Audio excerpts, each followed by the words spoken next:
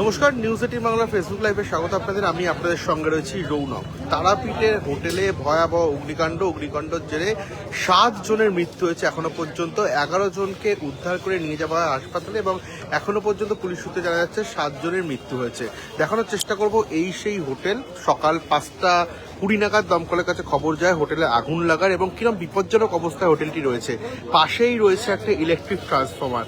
সেই ট্রান্সফরমার থেকে হোটেলের যে কার্নিশের দূরত্ব তা খুব মেরে কেটে হলে 1 থেকে 1.5 ফুট। সেই জায়গায় দাঁড়িয়ে শর্ট সার্কিট থেকেই এই ধরনের দুর্ঘটনা ঘটেছে, এমনটাই দমকলের প্রাথমিক অনুমান। এবং ঘটনাস্থলে দমকল এবং বীরভূম জেলা পুলিশের এসপি বিদিত রাজ বুদ্ধেশ তিনি এসেছেন। গোটা বিষয়টি খতিয়ে দেখা হচ্ছে। মূলত যেখানে ফায়ার সেফটি এবং মেজিওর মানা হয়েছিল কিনা সেই বিষয়টি একদিকে যেমন খতিয়ে দেখা হচ্ছে, ফায়ারের উচ্চপদস্থ আধিকারিক এবং এসপি নিজে ঘটনাস্থলে রয়েছে। কি থেকে এই ঘটনা ঘটলো এবং কোনো রকম অগ্নিনির্বাপক ব্যবস্থা ছিল কিনা হোটেলে, গোটা বিষয়টি কিন্তু খতিয়ে দেখা হচ্ছে। ইতিমধ্যে আমরা জানতে পেরেছি যে এই যে হোটেলে যথাযথ অগ্নিনির্বাপক ব্যবস্থা ছিল না, অর্থাৎ যে ধরনের অগ্নিনির্বাপক ব্যবস্থা থাকার কথা সেই ব্যবস্থা আদৌ ছিল না। এবং যে অগ্নিনির্বাপক ব্যবস্থা ছিল সেই লাইসেন্সের আদৌ রিনিউয়াল হয়েছে কিনা সেই বিষয়টিও কিন্তু ইতিমধ্যে পুলিশের তরফ থেকে খতিয়ে দেখা হচ্ছে।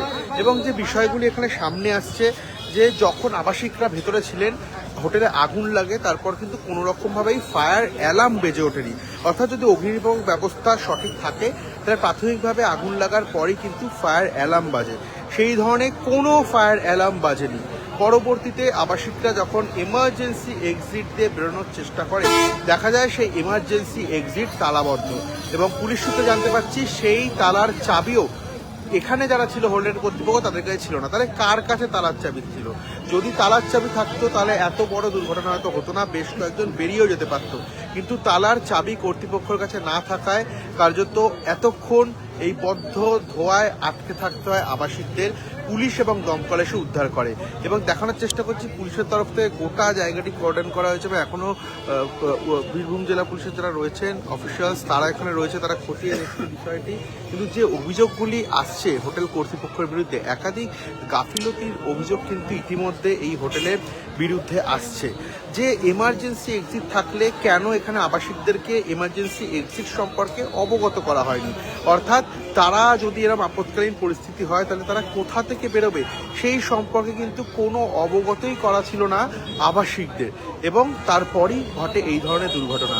ছবি দেখা যায় আবাসিকরা বিধ্বস্ত আতঙ্কিত হয়ে পড়ে যেভাবে হোক মূল সিঁড়ি দিয়েই নামার চেষ্টা করে, যেহেতু রিসেপশনের পাশেই সিঁড়ি এবং সিঁড়িতেও আগুন ছড়িয়ে পড়ে।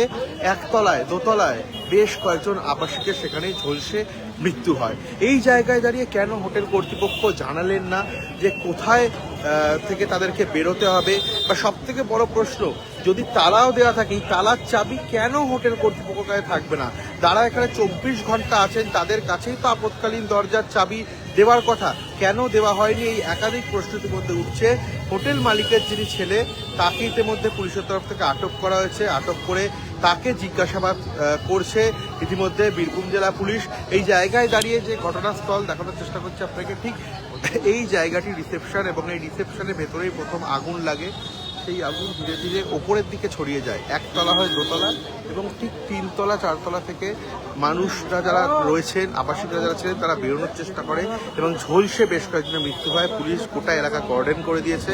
ইতিমধ্যে দমকলের যারা রয়েছেন হায়ার অফিসিয়ালস তারা ঘটনাস্থলে পৌঁছেছেন। বীরভূম জেলা পুলিশের এসপি তিনি নিজে রয়েছেন। খতিয়ে দেখা হচ্ছে যে কিভাবে এই ঘটনা ঘটলো এবং যে গাফিলতির অভিযোগগুলি আসছে সেই অভিযোগে কীভাবে এরা জড়িত রয়েছে, কারণ কেন ফায়ার সেফটি মেজার্স মানা হয়নি সেইভাবে।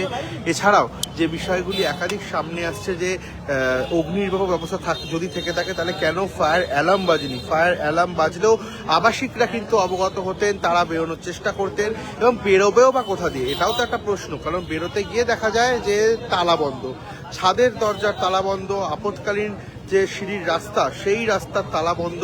কেন তালা বন্ধ থাকবে এই জায়গাগুলো? এই নিয়ে কিন্তু একাধিক প্রশ্ন ইতিমধ্যে সামনে আসছে এবং হোটেল মালিকের ছেলে তাকে আটক করে পুলিশের তরফ থেকে জিজ্ঞাসাবাদ করা হচ্ছে যে কর্তৃপক্ষ গতকাল যখন আগুন লাগে তারা কোথায় ছিলেন? তারা যদি থেকে থাকেন তাহলে কেন এই আবাসিকদের দ্রুততার সঙ্গে রেস্কিউ করা গেল না?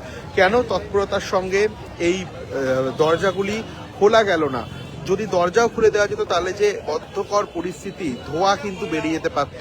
দমকল সূত্রে খবর, দমকল কর্মীরা এসে তারা কিন্তু কার্যত আগুন যত না দেখতে পেয়েছে তার থেকে বেশি গোটা হোটেলের ভেতরে ধোঁয়ায় ছড়াছড়ি ছিল। অর্থাৎ এই স্মোকের কারণেই কিন্তু বেশ কয়েকজনের শ্বাস প্রশ্বাস জনিত অসুবিধা হয় এবং ইতিমধ্যে যে ঘটনাস্থল, সেই ঘটনাস্থলে পুলিশ মোতায়েন করা হয়েছে, দমকল কর্মীরা রয়েছে এবং আপনাকে দেখানোর চেষ্টা করছি যে হোটেলটি এখানে রয়েছে, সেই হোটেলে যে জানলা এখনো কিন্তু স্পষ্ট, কার্যত কালো দাগ। এই জানলাগুলো ভেঙেছে নিজে আবাসিকরাই, কারণ এই জানলা দিয়ে তারা ধোঁয়া বের করার চেষ্টা করেছে। এবং সবথেকে গুরুত্বপূর্ণ বিষয়, এই হোটেলের পাশেই যে ট্রান্সফর্মার, কতটা দূরত্ব আপনারা দেখলে বুঝবেন, 1 থেকে 1.5 ফুটেরও কিন্তু দূরত্ব নেই তার কার্নিশের সঙ্গে ট্রান্সফর্মারে।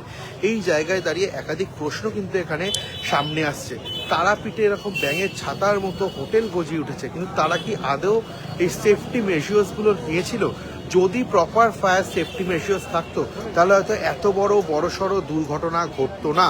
এবং পুলিশের তরফ থেকে যথাযথ পদক্ষেপ নেওয়া হচ্ছে। ইতিমধ্যে হোটেল মালিকের ছেলেকে আটক করে জিজ্ঞাসাবাদ করা হচ্ছে এবং দমকলের একটি তদন্ত টিম তারা ঘটনাস্থলে এসে পৌঁছেছে। কতটা রাস্তা ছাড়া হয়েছিল, ফায়ার সেফটি মেজার্সের কোনো নিয়ম মানা হয়েছিল কিনা, গোটা বিষয়টি ইতিমধ্যে তাদের তরফ থেকেও খতিয়ে দেখা হচ্ছে। এই সংক্রান্ত খবর থেকে শুরু করে যাবতীয় খবরের সবার প্রথম আপডেট পেতে আপনারা অবশ্যই চোখ রাখুন নিউজ 18 বাংলায়।